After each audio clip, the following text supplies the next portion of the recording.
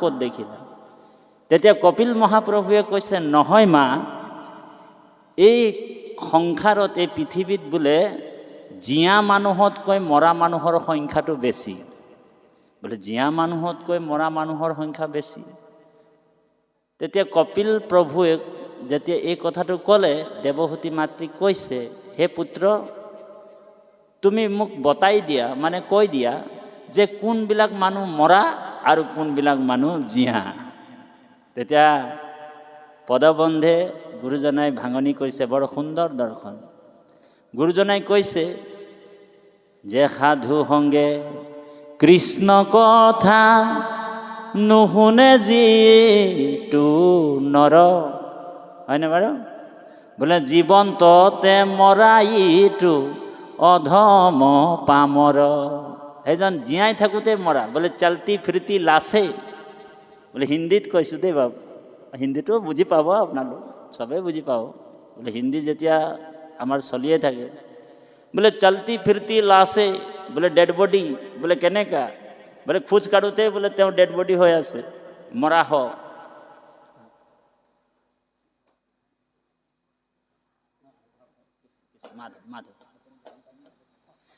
তো গতিকে এই যে জীয়াই থাকোঁতে মৰাসকল কোনসকল? যিসকল ভকতৰ সং লয়, আজিৰ দৰে যিসকলে কৃষ্ণ কথা নুশুনে, আমি যেনেকৈ শুনিছোঁ, সেইসকল মৰা মানুহ।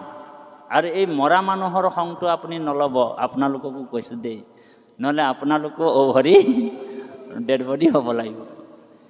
সেইকাৰণে ভকতে দুৰ্জনৰ সং, মাকক কৈছে দেৱহূতিয়ে, এই দেৱহূতিক কৈছে কপিল মহাপ্ৰভুৱে, দুৰ্জনৰ সং তুমি তেজিতে লাগৈ।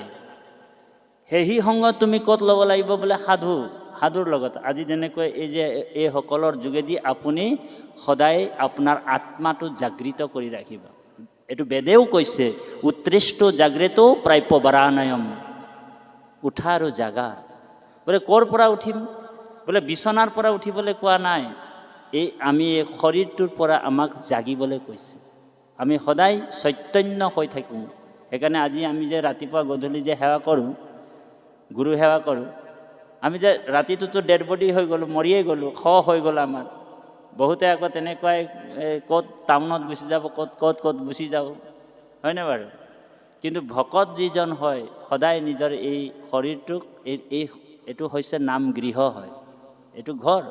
ইয়াত মণিকূট আছে, ভগৱান নিজেই বহি আছে ইয়াত। এইখন নামঘৰকো আমি ঠিক কৰি ৰাখিব লাগিব। হৰি বোলে এই নামঘৰখন টাইলছ